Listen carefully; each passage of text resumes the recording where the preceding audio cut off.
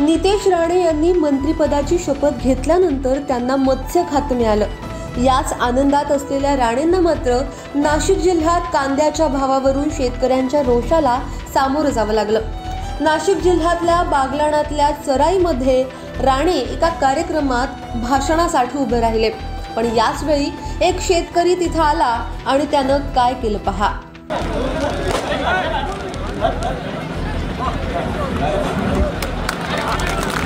सगळ्या इथं जमलेल्या कसबद्या पट्ट्यामधील शेतकरी, माझ्या माता बंधू आणि भगिनींनो, मी माफी मागतो।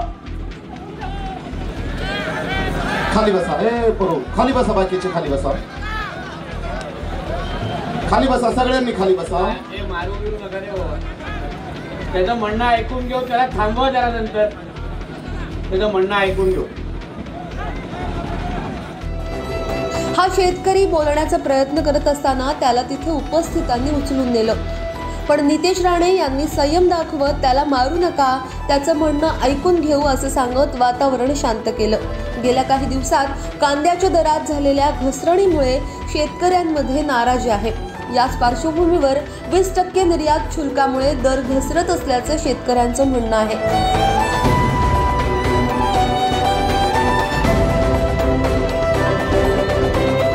त्यामुळे सरकार दरबारी आपली व्यथा मांडण्यासाठी या शेतकऱ्याने हे पाऊल उचलल्याचं सांगितलं जात आहे। आता सरकार म्हणून नितेश राणे हा प्रश्न सोडवण्यासाठी कोणते प्रयत्न करतात हे पाहणं महत्त्वाचं ठरणार आहे।